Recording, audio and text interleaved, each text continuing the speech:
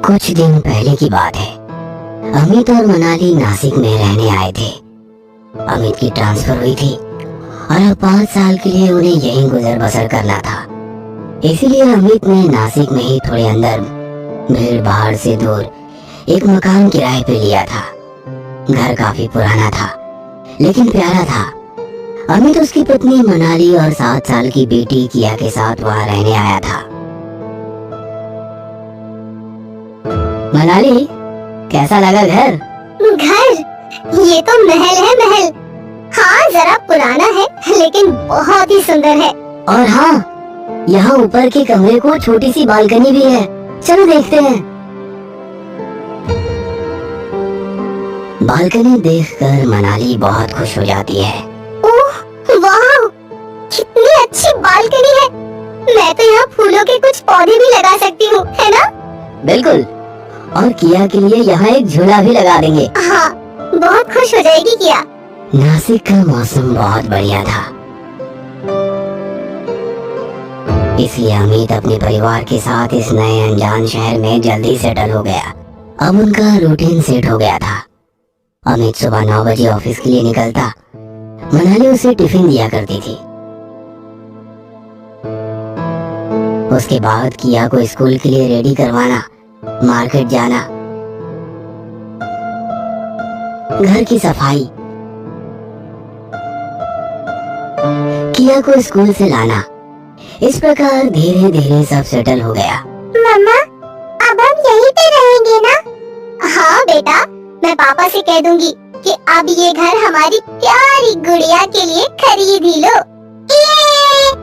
मुझे यहीं रहना है, कहीं नहीं जाना। हाँ, तो बप्पा से प्रार्थना करो। छोटे बच्चों की प्रार्थना पप्पा जल्दी सुनते हैं।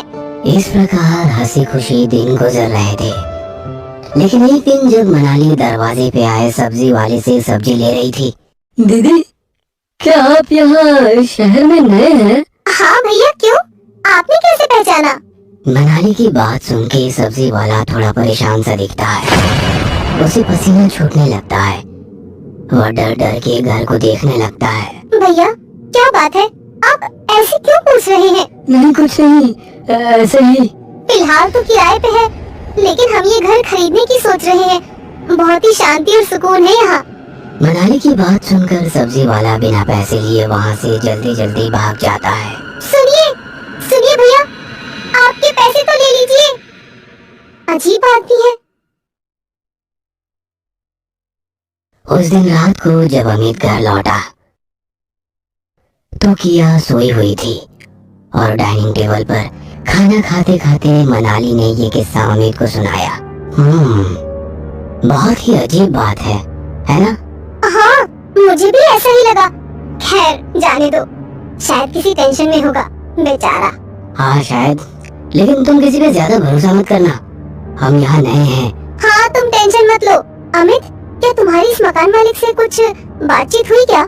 हाँ, अरे सॉरी, मैं बताना ही भूल गया। उन्हें ये घर बेचना है। सच? ओह, ये तो बहुत बढ़िया खबर है। और तभी किचन से कुछ बर्तन गिरने की आवाज आती है। अमित और मनाली चौंक जाते हैं। अंदर जाकर देखते हैं तो सब कुछ अपनी जगह पर ठीक ठाक है। अरे, यहाँ तो सब पहले जैसा है। फिर क्या गिरने की आवाज आई थी?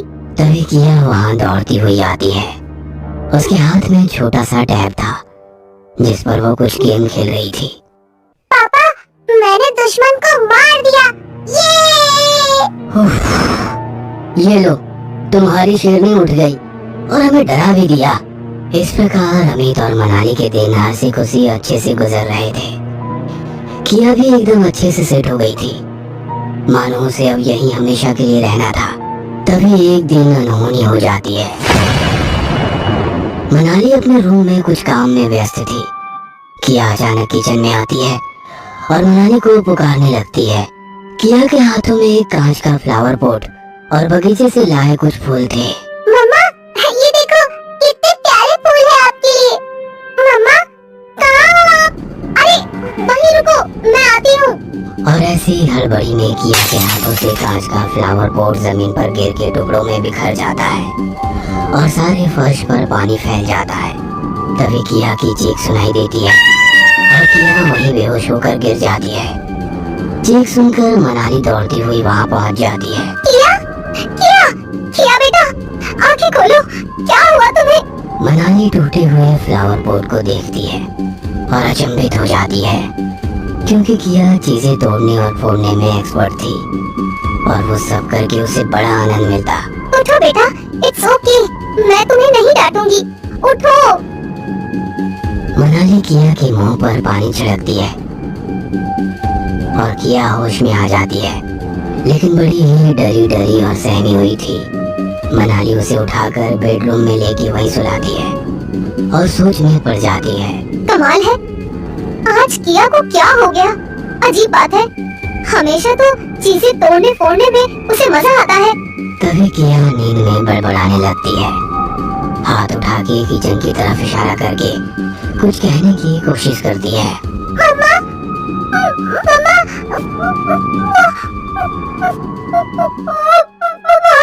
क्या हुआ बेटा? वो कौन? यहाँ हमारे अलावा और कोई नहीं है। किया मनाली से चिपक जाती है। लगता है महंगा फ्लावर पॉट टूटने की वजह से ये डर गई है। सो जाओ बेटा, कोई बात नहीं, सो जाओ। मनाली किया को थपथपा के बेडरूम में सुला देती है। अगले दिन मनाली रोज की तरह अमित को टिफिन देती है और अमित ऑफिस चला जाता है। नहीं, मैं नहीं आऊंगी वहाँ। और किया रोने लगती है।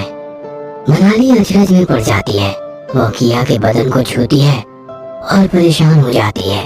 ओहो, किया, तुम्हें तो तेज बुखार है, मुझे डॉक्टर को बुलाना होगा। थोड़ी ही देर में डॉक्टर घर आते हैं और किया को चेक करते हैं। देखिए, इन्फेक्शन तो है। मुझे लगता है बच्ची किसी बात से डर गई है, शायद कुछ डरावना सपना देखा होगा। शायद डॉक्टर ठीक कहते हैं, कोई डरावना सपना ही देखा होगा। लेकिन अगले दिन यही किस्सा दोहराता है। किया फिर से किचन में आने से मना करती है। मनाली किया के लिए दवाई लेने किचन में आई और सोच में पड़ गई। समझ नहीं आ रहा है, इतना अजीब सा बर्ताव क्यों कर रही है किया? अब इससे बात करनी होगी। तभी मनाली के हाथ से दवाई की शीशी नीचे फर्श पर गिर जाती है और कांच के टुकड़े बिखर जाते हैं। सारी दवाई फर्श पर फैल जाती है। उफ, ये क्या हो गया? सारी मेडिसिन वेस्ट हो गई। दूसरी बोतल लानी होगी। चलो पहले ये फर्श साफ कर देती हूँ।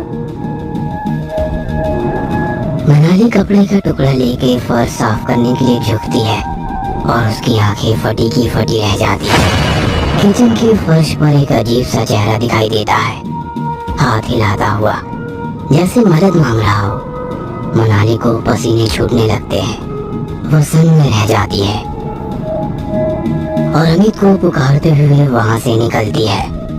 सीधा किया के रूम में आकर दरवाजा बंद कर देती है। अमित, अमित, अमित! मनाली किया को बाहों में लेती है।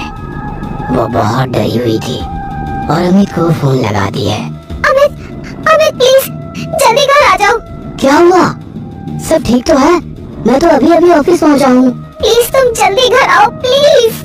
अमित हड़बड़ी में घर लौटता है। अरे अरे, क्या हुआ? तुम लोग इतने डरे हुए क्यों हो? अमित, अभी के अभी यहाँ से निकलो, हम यहाँ 1 मिनट भी नहीं रुकेंगे। हाँ हाँ, तुम शांत हो जाओ और ठीक से बताओ क्या हुआ है। मनाली अमित को सारा किस्सा सुना देती है, लेकिन अमित को विश्वास नहीं होता। वो अकेले किचन में जाता है, वहाँ फर्श पर पानी फेंकता है और कुछ ही पलों में उसकी आंखें फटी की फटी रह जाती है। वही धुंधला सा चेहरा हाथ हिलाते नजर आता है। अमित डर के वहाँ से भाग आता है। मनाली, तुम ठीक कह रही थी, लगता है ये घर शापित है, इसीलिए बहुत सस्ते रेंट में मिला है और मालिक इतने सस्ते में बेचने के लिए भी तैयार है। फिर चलो अभी यहाँ से निकल जाते हैं, शायद किया भी इसी वजह से डरी हुई है। अमित कुछ सोच में पड़ जाता है। क्या हुआ अमित, क्या सोच रहे हो? मैं सोच रहा था कि ऐसे जल्दबाजी में घर छोड़ने से पहले अगर हम किसी पंडित या तांत्रिक को बुलाए तो शायद कुछ हल निकल जाए और इतना जल्दी दूसरा मकान भी नहीं मिलेगा हमें। हाँ, तुम कह रहे हो? पता नहीं मुझे ऐसा क्यों लग रहा है कि वो चेहरा हमसे कुछ मदद मांगना चाहता है। हाँ, मुझे भी कुछ ऐसा ही लगा। रुको, मैं दीनानाथ शास्त्री को बुला लेता हूँ, वो भी नासिक में ही शिफ्ट हुआ है। अमित फोन करके दीनानाथ शास्त्री को बुलाता है।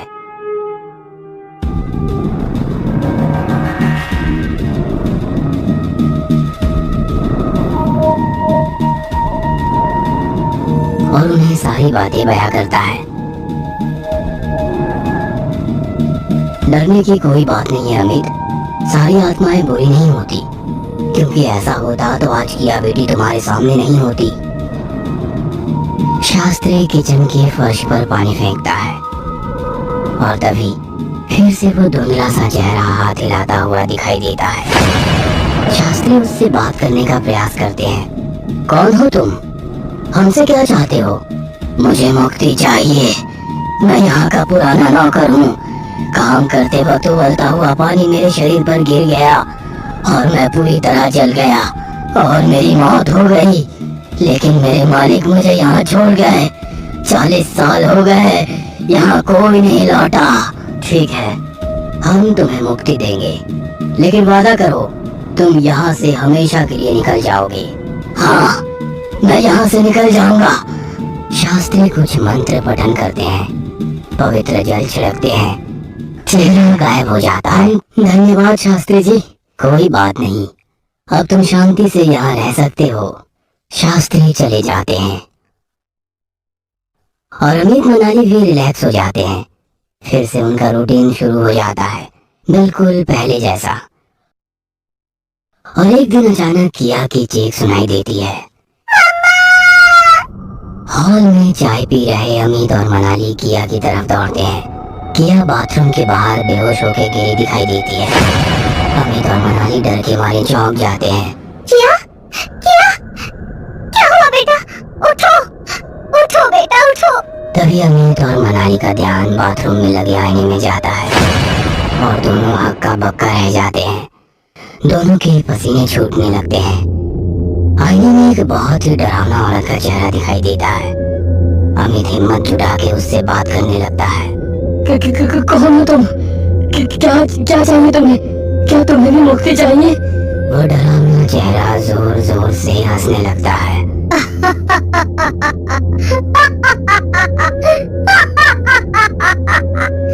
नहीं, वो तो तुमने कुछ दिन पहले ही दे दी थी। तो अब क्या चाहिए?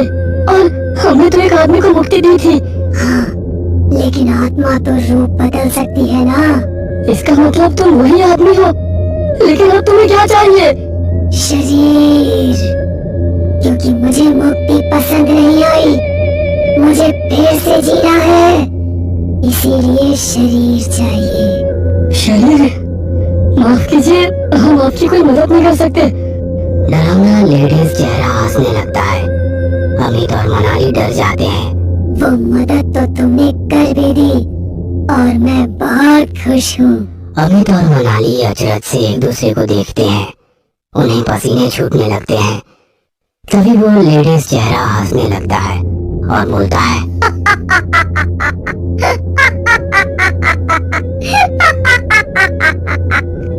मुझे शरीर चाहिए था और मिल गया मुझे, वो भी इतना जवान और खूबसूरत। अब मैं हमेशा आपके साथ रहूंगी। अमित और मनाली चौंक जाते हैं और एक दूसरे को देखते हैं। तभी पीछे से आवाज आती है। दोनों मुड़कर देखते हैं और पानी पानी हो जाते हैं। मम्मा, मम्मा, अब मैं आपको परेशान नहीं करूंगी, आपको छोड़ के कहीं नहीं जाऊंगी।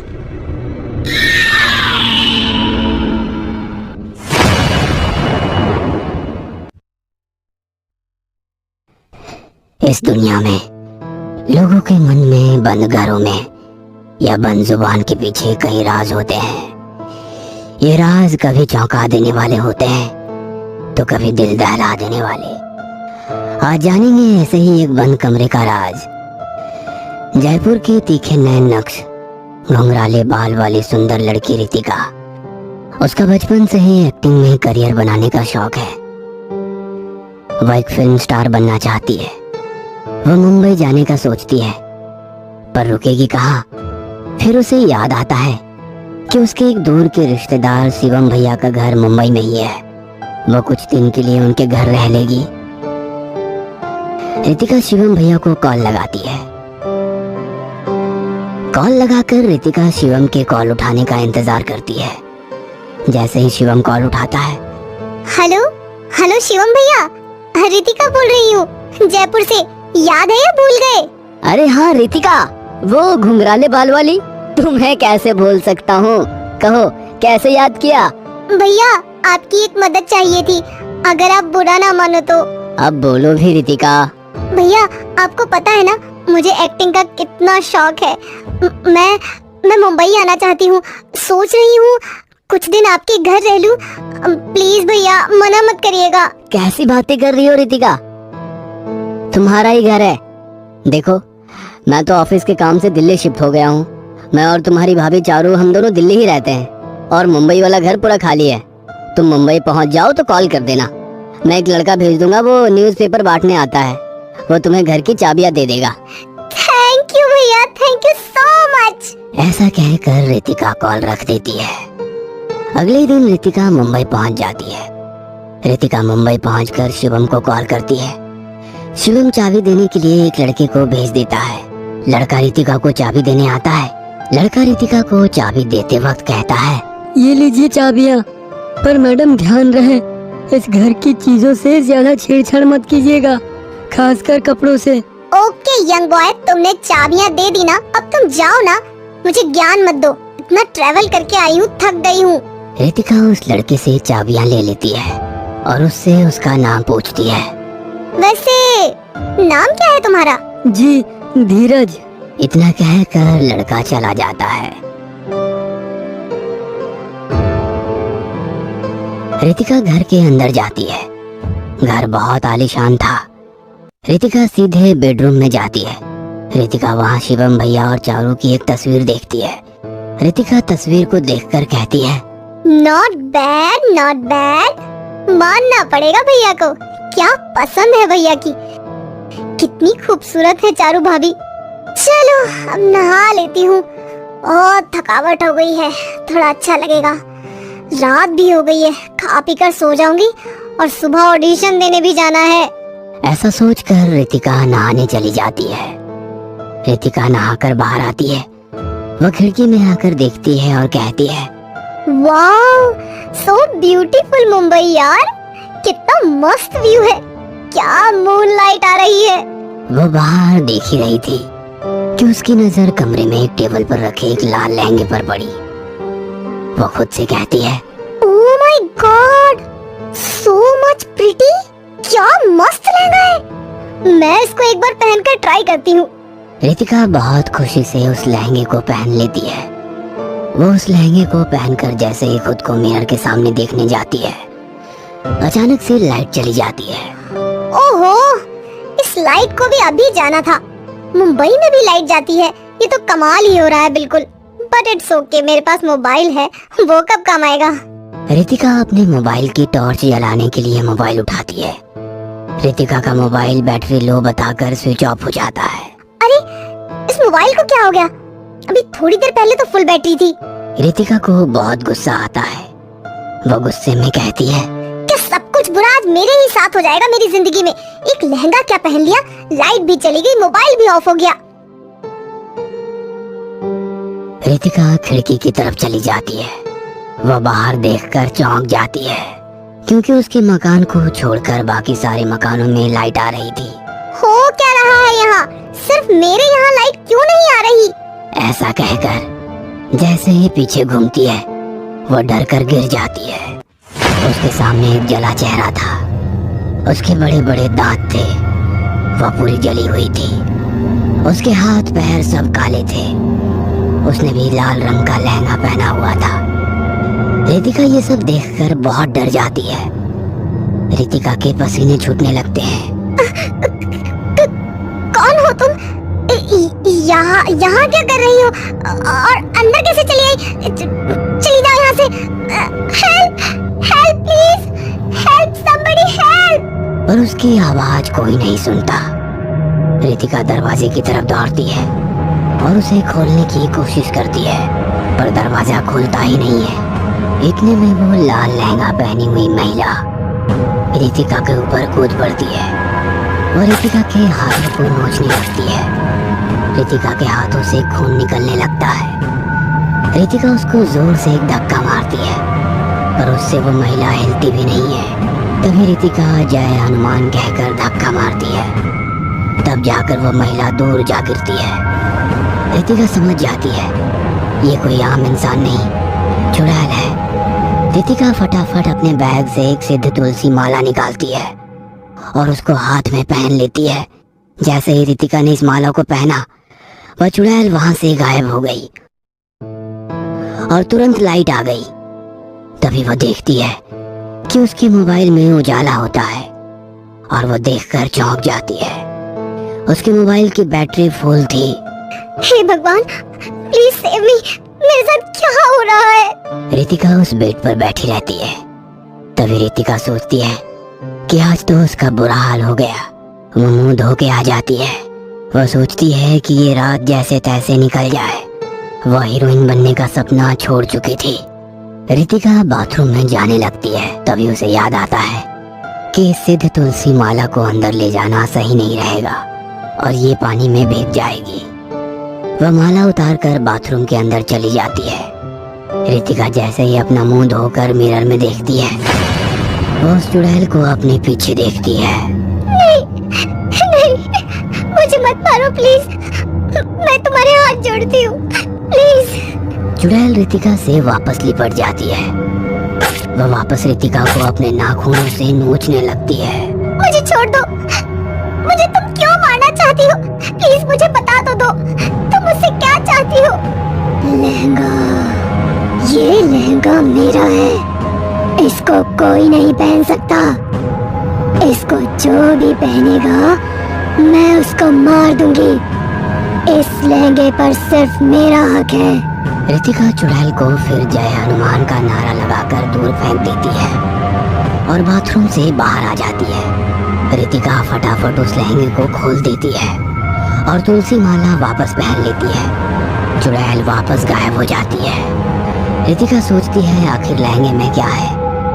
तभी रितिका को वो चाबी देने वाला लड़का याद आया जिसने कहा था, ये लीजिए चाबियाँ, पर मैडम ध्यान रहे इस घर की चीजों से ज्यादा छेड़छाड़ मत कीजिएगा, खासकर कपड़ों से। यह सोच रितिका बहुत उत्सुक हो जाती है। रितिका अपने कमरे से बाहर आती है और देखती है उसके कमरे के बगल वाले कमरे का दरवाजा हल्का सा जला हुआ है और काला पड़ा हुआ है।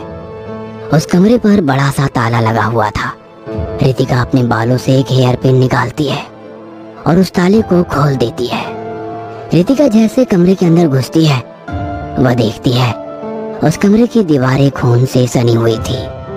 बहुत सारे तस्वीरें कागज जले हुए थे। रितिका के हाथों एक फोटो लगती है। रितिका की आंखें फोटो को देखकर फटी की फटी रह जाती है। फोटो में शिवम भैया थे, पर उनके साथ जो लड़की थी वो चारू नहीं थी।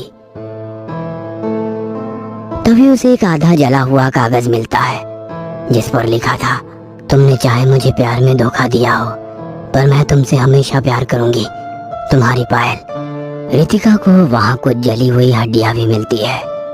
कमरे की हालत देखकर रितिका को इतना तो समझ आ जाता है कि यहाँ किसी को मारकर जला दिया गया है, पर उसे समझ में नहीं आता है कि आखिर इस लहंगे का और उस चुड़ैल का शिवम भैया से क्या कनेक्शन है।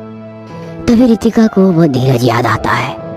रितिका मन ही मन सोचती है कि आखिर धीरज को कुछ ना कुछ तो पता ही होगा। वो उससे सुबह मिलने की ठान लेती है। रितिका सुबह होने का इंतजार करती है। सुबह होते ही रितिका धीरज का इंतजार करती है।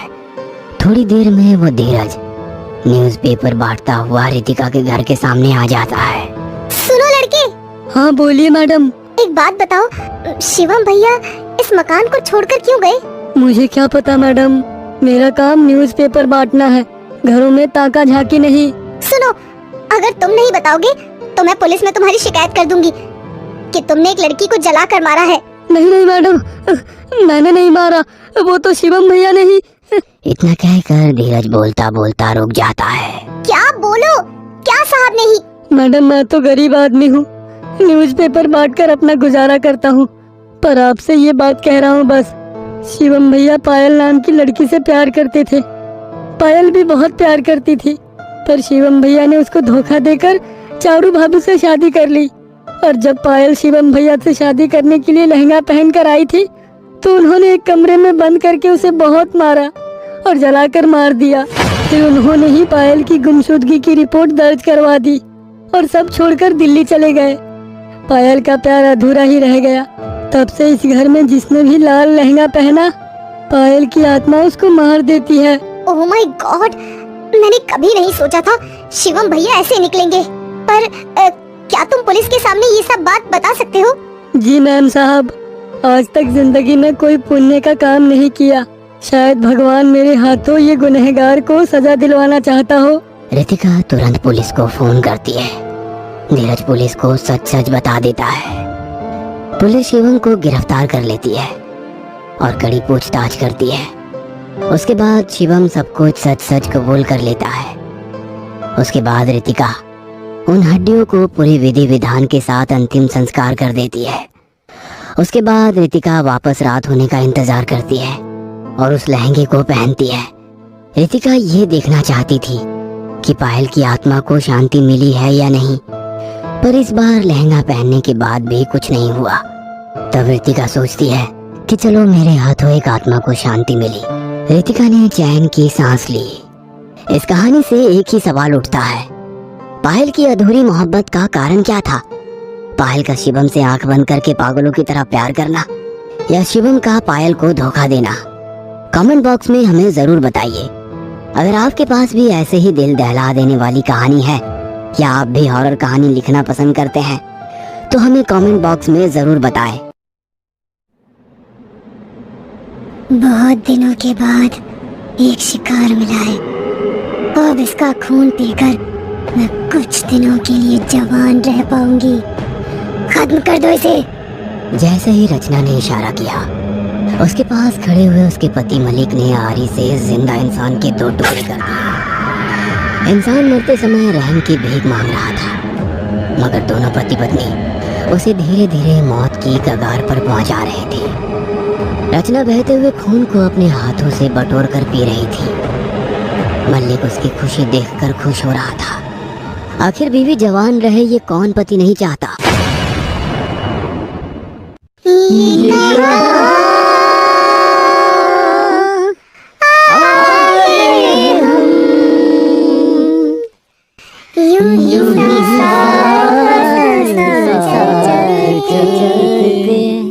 गाना गाते हुए 4 दोस्त कार में मस्ती कर रहे थे। ये चारों घर वालों से झूठ बोलकर गोवा अपनी लाइफ एंजॉय करने जा रहे थे। यार मुझे बहुत डर लग रहा है। इस तरह घर वालों से झूठ बोलकर हम लोग निकल तो गए, मगर यदि उन्हें पता चला तो बहुत नाराज होंगे। क्यों? वो तुझे गोवा देखने आएंगे या तू उन्हें बता देगी? ये लड़की भी ना, इसे तो साथ लाना ही नहीं था। खुद तो डरती है, दूसरों को भी डराती रहती है। देख बेटा, कॉलेज का आखिरी साल है, उसके बाद हम चारों अलग अलग हो जाएंगे। कौन कहाँ जॉब करेगा किसे पता, मगर जो पिछले 3 सालों से हम लोगों का अफेयर चल रहा था ना, उसे उसकी मंजिल तक तो पहुंचाना ही है। 3 दिन 3 रात गोवा में जी भर कर जिंदगी जिएंगे, उसके बाद अपने अपने रास्ते। सही कहा ना मैंने रौनक? और क्या मेरी जान, मैं तो बस गोवा पहुंचने का इंतजार कर रहा हूँ। फिर तुम मेरी बाहों में और मैं तुम्हारी। तुम दोनों बिल्कुल एक जैसे हो, सेक्स के अलावा कुछ भी नहीं सोचता है। मौका मिला नहीं कि शुरू हो जाते हो। तो क्या तुम्हारी और रवि की तरह पुराने जमाने के हीरो हीरोइनों की तरह फूलों को मिलाकर अपने प्यार का इजहार करें? तुम लोगों की बातों में हर वक्त मुझे क्यों घसीट लेते हो यार? मैंने तो जब भी राशि के करीब आने की कोशिश करी तो ये हमेशा मुझसे दूर हो जाती है, मगर अब इसे गोवा में छोड़ूंगा नहीं। देख, किसे छोड़ना है किसे पकड़ना है ये बाद में डिसाइड करना। हाँ, सामने देखकर गाड़ी चला, मुझे और राशि को डिस्टर्ब हो रहा है। कहते हुए रौनक ने कार में ही राशि को अपनी बाहों में भर लिया और अपने हाथों से उसके शरीर को नापने लगा। रवि उन दोनों को बैक व्यू मिरर से देख रहा था। उनकी हरकतें देख रवि भी महक के पैरों पर हाथ फेर रहा था। महक को ये सब अच्छा नहीं लग रहा था, मगर ये मना करती तो सब लोगों के सामने फिर से बैकवर्ड साबित हो जाती। उसने रवि को रोका नहीं, अभी मुझे तुमसे एक किस चाहिए। कहते हुए उसने कार का स्टीयरिंग छोड़ महक के चेहरे को पकड़कर अपने पास लेकर आया और होठों पर किस करने लगा। उसे कार का होश ही नहीं था। उन दोनों को किस करते देख रौनक चिल्लाया, बहुत गर्मी आ रही है तुम दोनों को, अरे जरा सामने देख। रौनक की आवाज सुनकर रवि ने गाड़ी का हॉर्न सुना, मगर देर हो चुकी थी। उनकी गाड़ी एक पेड़ से टकरा गई। अरे यार, अब ये मुसीबत कहाँ से आ गई। ये मुसीबत आई नहीं है, उसे बुलाया गया है। तुम कुछ देर इंतजार नहीं कर सकते थे? हाँ, मगर तुम्हें तो रोमांस के कीड़े ने काट रखा था। अब नीचे उतर कर देखो कार का क्या हाल है। मुझसे कह रहे हो? हाँ, खुद क्या कर रहे थे? मुंबई से लेकर यहाँ तक गाड़ी मैं चला रहा था और तुम मजे ले रहे थे। यदि थोड़ी देर मैंने एंजॉय करने का सोच लिया तो क्या बुरा कर लिया।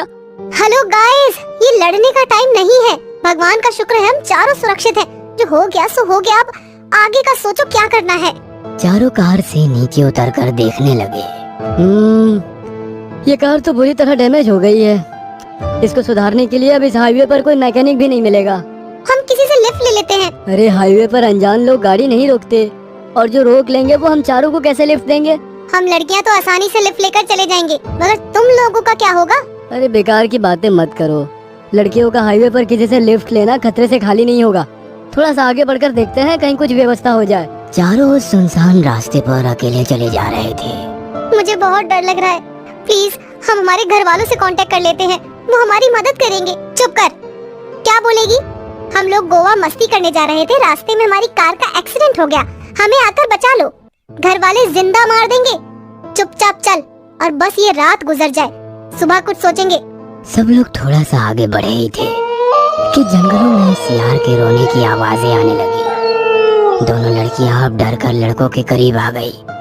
लड़कों ने उन्हें हिम्मत दी और धीरे धीरे आगे बढ़ने को कहा। अरे यार, आज का दिन ही बुरा था। तुम लोगों से कहा था जल्दी निकलने में, मगर तुम लोगों ने निकलने में ही कितनी देर कर दी। अब कोई नई मुसीबत ना आ जाए। रौनक ने इतना कहा ही था कि हवाओं ने अपना रुख बदल लिया और आसमान में बिजली कड़कड़ाने लगी। मुसीबत का नाम लो और मुसीबत हाजिर। अब बारिश न शुरू हो जाए, क्योंकि हम लोगों के पास सर छुपाने की भी जगह नहीं है। अब कुछ ही दूर चलने के बाद उन लोगों को एक बंगला दिखाई दिया, जिसे देखकर रवि और रौनक के चेहरे पर चमक आ गई। उन्होंने लड़कियों से कहा, बस परेशानी सॉल्व हो गई।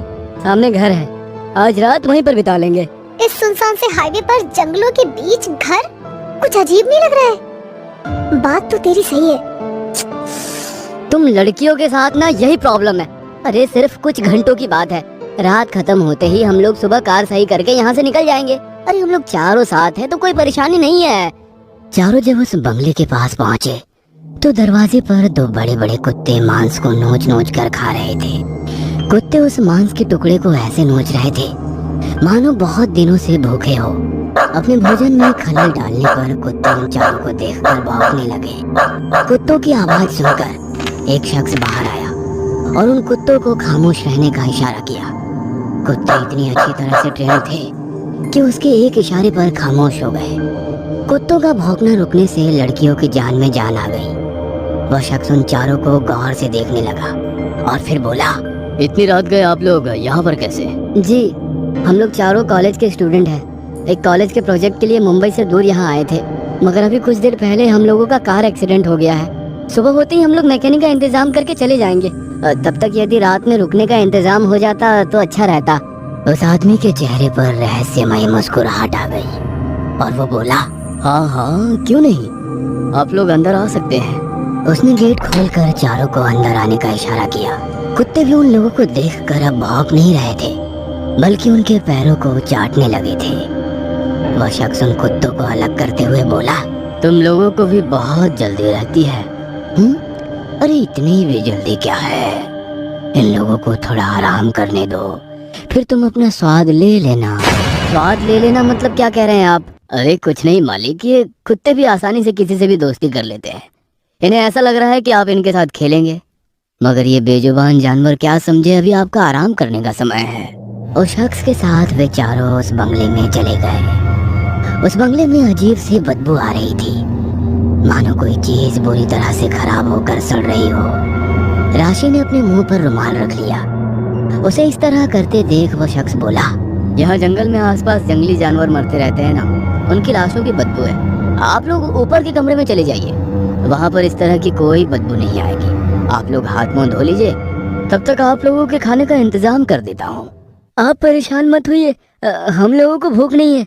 बस किसी तरह ये रात बीत जाए, उसके बाद हम लोग चले जाएंगे। अरे इसमें परेशानी की क्या बात है, आप हमारे मेहमान हैं, मेहमानों की सेवा करना हमारा फर्ज है। उसके जाने के बाद रवि पलंग पर लेट गया और बोला, वैसे ये जगह इतनी बुरी नहीं है, कुछ खाकर आराम करते हैं, उसके बाद सुबह देखेंगे क्या किया जा सकता है। वे लोग बातें ही कर रहे थे कि वो शख्स उन लोगों के लिए चाय और सैंडविच लेकर आ गया और बोला, आप लोगों के लिए अभी इतना ही कर पाया, देर रात हो गई है, नौकर भी सो रहे हैं, सुबह ब्रेकफास्ट टेबल पर मिलते हैं। इतनी बड़ी हवेली में आप अकेले रहते हैं? अरे जी नहीं, 2 नौकर है और एक मेरी पत्नी।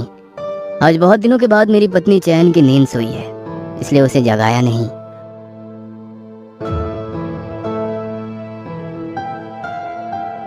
उसके जाने के बाद उन लोगों ने फटाफट डिनर किया और सो गए।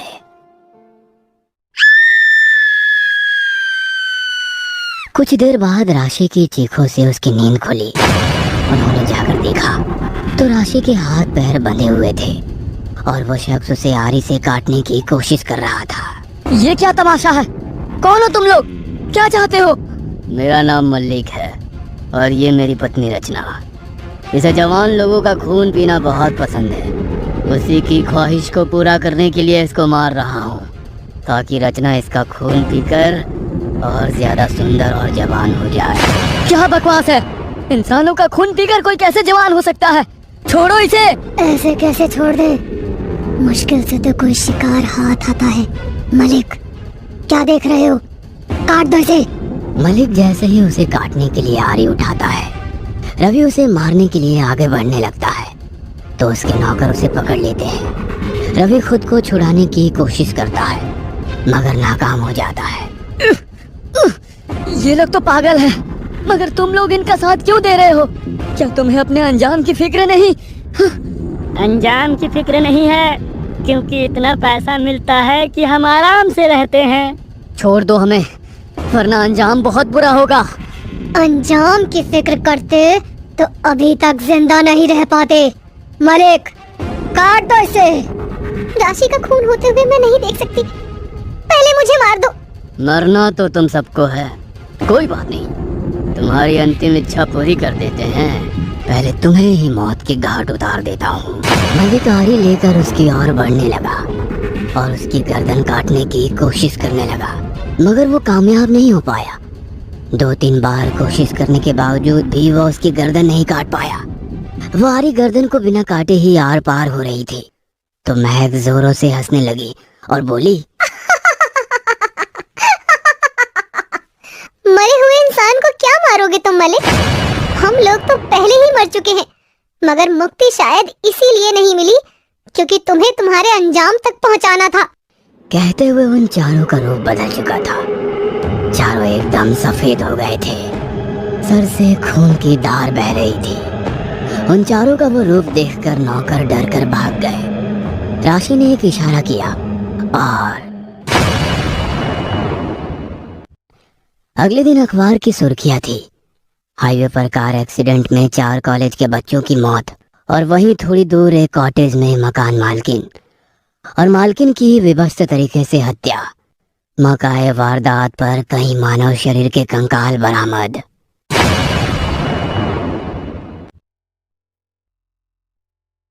रात का समय था।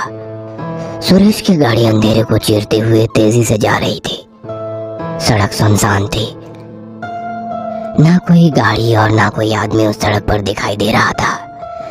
बरसात का मौसम था, आसमान में बादल छाए हुए थे, इसलिए अंधेरा और गहरा था। सुरेश के एक हाथ में सिगरेट थी और दूसरे हाथ में स्टीयरिंग। कार में धीमा म्यूजिक बज रहा था। म्यूजिक का मजा लेते हुए सुरेश गाड़ी भगा रहा था। अचानक जोर से बादल गरजता है और बारिश शुरू हो जाती है। अरे यार, इस बारिश को भी अभी आना था। अच्छा खासा मूड में गाड़ी चला रहा था, सारा मूड खराब कर दिया। सुरेश सिगरेट को फेंक देता है और अपने गाड़ी के शीशे को ऊपर कर लेता है। जोरदार बारिश हो रही थी, इसलिए सामने ठीक से दिखाई नहीं दे रहा था। यार, इस बारिश के कारण गाड़ी की रफ्तार भी धीमी हो गई है। ऐसे ही रहा तो मुझे पहुंचने में बहुत देर हो जाएगी। सुरेश अपनी गाड़ी की स्पीड बढ़ाता है। हालांकि उसे सामने कुछ साफ दिखाई नहीं दे रहा था। उसने सोचा कि इतनी रात हो चुकी है और उसमें ये बारिश, सड़क तो खाली हो गई। अब सड़क पर बारिश और बारिश को रोकती सुरेश की कार। अचानक सुरेश की कार के सामने कोई आता है। सुरेश अपनी गाड़ी मोड़ देता है और नहीं, सुरेश को होश आता है तब वो देखता है कि वो सही सलामत है। हालांकि उसका सर स्टीयरिंग पर लगने से उसके सर से खून बह रहा था। आज तो बाल बाल बच गया। पता नहीं कौन मेरी गाड़ी के सामने आया था। सुरेश अपनी गाड़ी को रिवर्स लेता है और फिर से अपना सफर शुरू करता है। अब सुरेश धीरे धीरे आगे बढ़ रहा था। बारिश का कहर शुरू था। सड़क पर धुंधला धुंधला दिख रहा था। तभी उसे एक हवेली नजर आती है। शुक्र है, आखिरकार इस सुनसान रास्ते पर कुछ तो मिला। सुरेश अपनी गाड़ी को उस हवेली के अंदर ले जाता है। सुरेश अपनी गाड़ी से उतर जाता है और हवेली के दरवाजे के पास जाता है। वो हवेली का दरवाजा खटखटाता है। कोई है? मुझे थोड़ी मदद चाहिए। हेलो, कोई है? तभी दरवाजा खुलता है। सुरेश देखता है कि दरवाजे के पास कोई नहीं है। सुरेश हवेली के अंदर जाता है। हेलो, कोई है? आओ आओ, इस हवेली में तुम्हारा स्वागत है।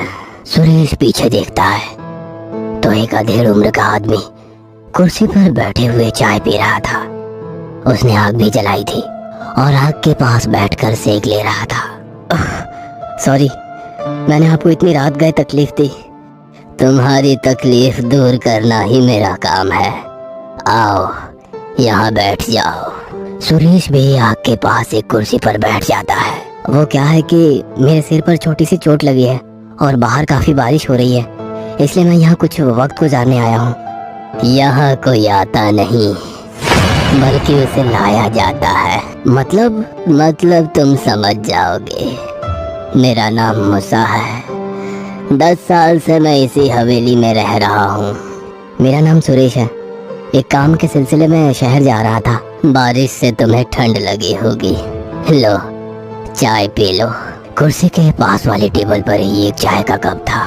ये कप आपने पहले से ही यहाँ रखा था? तुम्हारे नसीब में ये चाय थी। कहते हैं ना, दाने दाने पे लिखा है खाने वाले का नाम। सुरेश चाय ले लेता है। आप यहाँ अकेले रहते हैं? हाँ, जब से यहाँ आया हूँ अकेले ही दिन गुजार रहा हूँ। और आपका परिवार? परिवार, दोस्त, रिश्ते, नाते, ये सब एक हद तक ही साथ रहते हैं। मैं जहाँ हूँ वहाँ सभी को अकेले ही रहना पड़ता है। सुरेश को कुछ समझ में नहीं आया। आप यहाँ शहर से इतनी दूर सुनसान सड़क पर इस हवेली में आए कैसे? ये कहानी है 10 साल पहले की। मैं भी शहर में अपने परिवार के साथ रहता था। बहुत ही खुश था मैं अपने संसार में। एक दिन मुझे कॉल आता है। हेलो मूसा। Yes sir. तुम्हें काम के सिलसिले में शहर के बाहर जो हमारी नई फैक्ट्री है वहाँ जाना होगा। वहाँ कुछ परेशानियाँ आ रही है, तुम जाके वहाँ देखो। मेरे बेटे का कल जन्मदिन था, पर मैं बॉस को भी ना ना कह सकता था। दिल पर पत्थर रखकर मैंने हाँ कर दी। मुझे उसी रात निकलना पड़ा। मैंने अपना सामान लिया। बेटा सो रहा था। मैंने उसके सर पे हाथ रखा और कहा हैप्पी बर्थडे। इसके बाद मैंने कार चालू की और सफर पर निकल पड़ा। रात बहुत थी, इसलिए सड़क भी सुनसान थी। मैं अपने धुन में रास्ते को चीर के आगे निकल रहा था। अचानक जोर से बादल गरजे और बारिश शुरू हुई। बारिश इतने जोर की थी कि मुझे गाड़ी के आगे का सब धुंधला दिख रहा था। मैं अपने ही रफ्तार में चल रहा था और अचानक मेरी गाड़ी के सामने कोई शख्स आया। मैंने गाड़ी मोड़ी। रफ्तार के कारण मेरी गाड़ी एक पेड़ से जा टकराई। मुझे होश आया तो मैं जख्मी था। थोड़ी देर बाद मैं इसी हवेली में आ पहुंचा।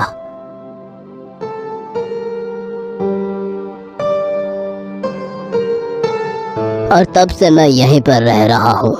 क्या? पर क्यों? आप अपने घर क्यों नहीं लौट गए? क्योंकि यहाँ कोई मेरा इंतजार कर रहा था। यहाँ कौन था? कोई मेरे जैसा ही। तो फिर आप कब तक यहाँ रहने वाले हो? बस आज मेरा इंतजार खत्म हो गया, अब मैं यहाँ से जा सकता हूँ। इंतजार खत्म हुआ मतलब? अब तुम जो आए हो। मैं कुछ समझा नहीं। तभी मूसा चाय का कप सुरेश की तरफ फेंकता है, जो उसके आर पार चला जाता है। ये क्या हुआ? तुम्हारी उस एक्सीडेंट में ही मौत हो गई थी। अब तुम्हें यहाँ तब तक रहना होगा जब तक तुम्हारे जैसा कोई यहाँ नहीं आ जाता। नहीं।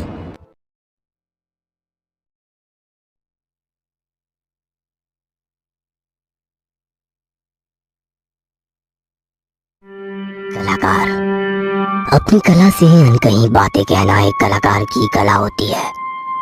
इसी कला के सहारे वो अपने अंदर के भाव जैसे खुशी, दुख, क्रोध आदि दिखाते हैं।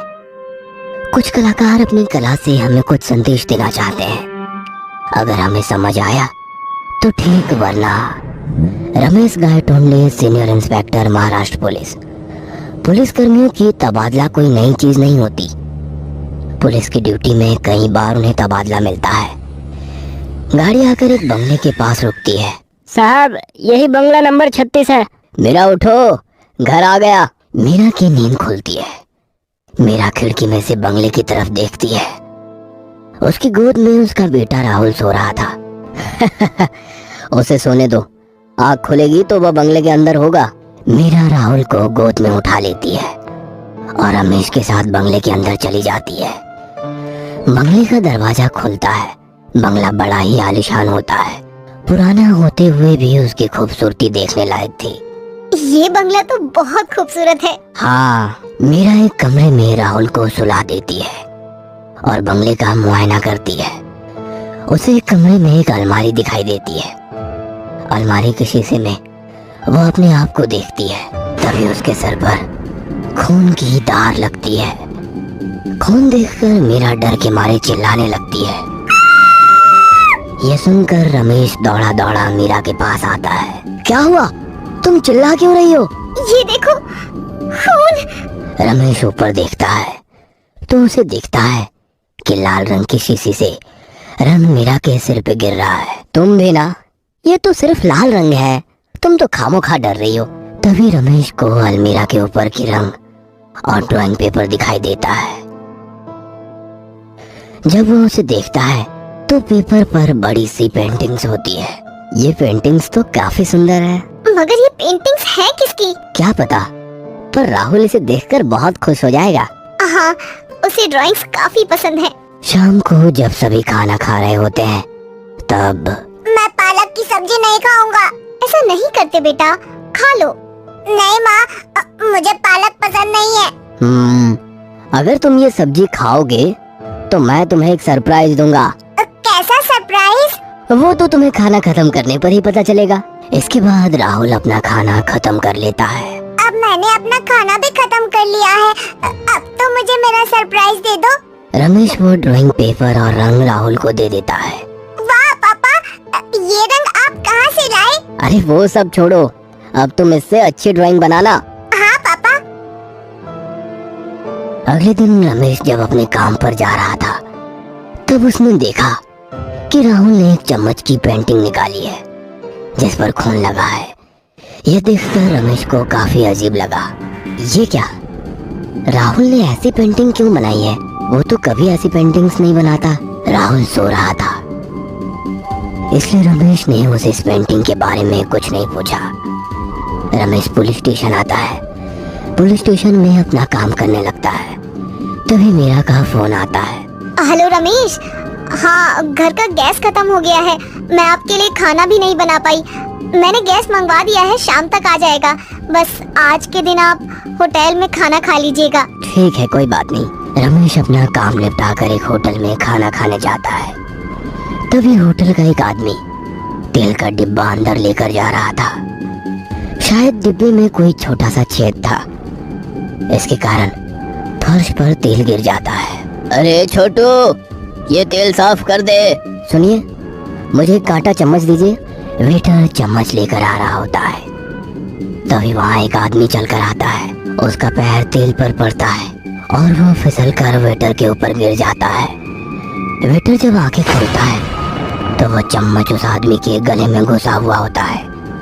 पूरे फर्श पर खून फैल जाता है। ये तुमने क्या किया? साहब गलती से हो गया, मैंने जानबूझकर नहीं किया। रमेश पुलिस स्टेशन फोन लगाता है और एम्बुलेंस को बुला लेता है। वेटर को हिरासत में लिया जाता है और उस आदमी की बॉडी को पोस्टमार्टम के लिए भेज दिया जाता है। रमेश रात को सोने की कोशिश करता है मगर उसे नींद ही नहीं आती। उसकी आंखों के सामने बार बार सुबह हुआ हादसा आता है। जैसे तैसे करके रमेश सो जाता है। अगले दिन जब रमेश काम कर रहा होता है तब उसे मीरा का कॉल आता है। हेलो, बोलो मीरा। हेलो रमेश, राहुल ने एक अजीब सी ड्राइंग बनाई है। कैसी ड्राइंग? रुको, मैं तुम्हें उसका फोटो भेजती हूँ। मीरा कॉल कट कर देती है और रमेश को उस पेंटिंग का फोटो भेजती है। उस पेंटिंग में सिर्फ एक सुनसान रास्ता था जो खून से लथपथ था। तभी रमेश का फोन बजता है। हेलो सर, मैं पाटिल बात कर रहा हूँ। डीसी रोड पर एक आदमी का अजीब एक्सीडेंट हुआ है। आदमी की मौत हो गई है। तुम कंट्रोल रूम को फोन करके बता दो, मैं वहाँ पहुँचता हूँ। रमेश वारदात पर पहुँचता है तो देखता है कि उस आदमी के मुंह में एक लोहे का रॉड पूरी तरह से आर पार हो गया है। लोगों से पूछताछ करने पर पता चला कि इस आदमी के कार के टायर अचानक से फट गए और गाड़ी जाकर रोड के किनारे बाहर निकली हुई इस रॉड से टकराई। रमेश को कुछ भी समझ नहीं आ रहा था। राहुल एक अजीब सी ड्राइंग बनाता है और उससे खून हो जाता है। शाम को रमेश घर पहुंचकर राहुल से उस पेंटिंग के बारे में पूछता है। राहुल, तुमने ये पेंटिंग क्या सोच के बनाई बेटा? पता नहीं पापा। पता नहीं? तुम खुद पेंटिंग बना रहे हो और तुम्हें पता नहीं? आप उस बच्चे पर क्यों गुस्सा हो रहे हो? ये एक इत्तेफाक भी तो हो सकता है। ये कोई इत्तेफाक नहीं है मेरा। इसके बाद रमेश अपना फोन निकालता है। हेलो पाटिल। Yes sir. आज हुए एक्सीडेंट और होटल में मरे हुए आदमी के बीच में कुछ कॉमन है क्या? चेक करो। जैसे ही तुम्हें कुछ खबर मिलती है मुझे फोन करना। जी सर। अगले दिन पुलिस स्टेशन में। सर, ये बिल्ला है। ये उन दोनों का भी दोस्त है।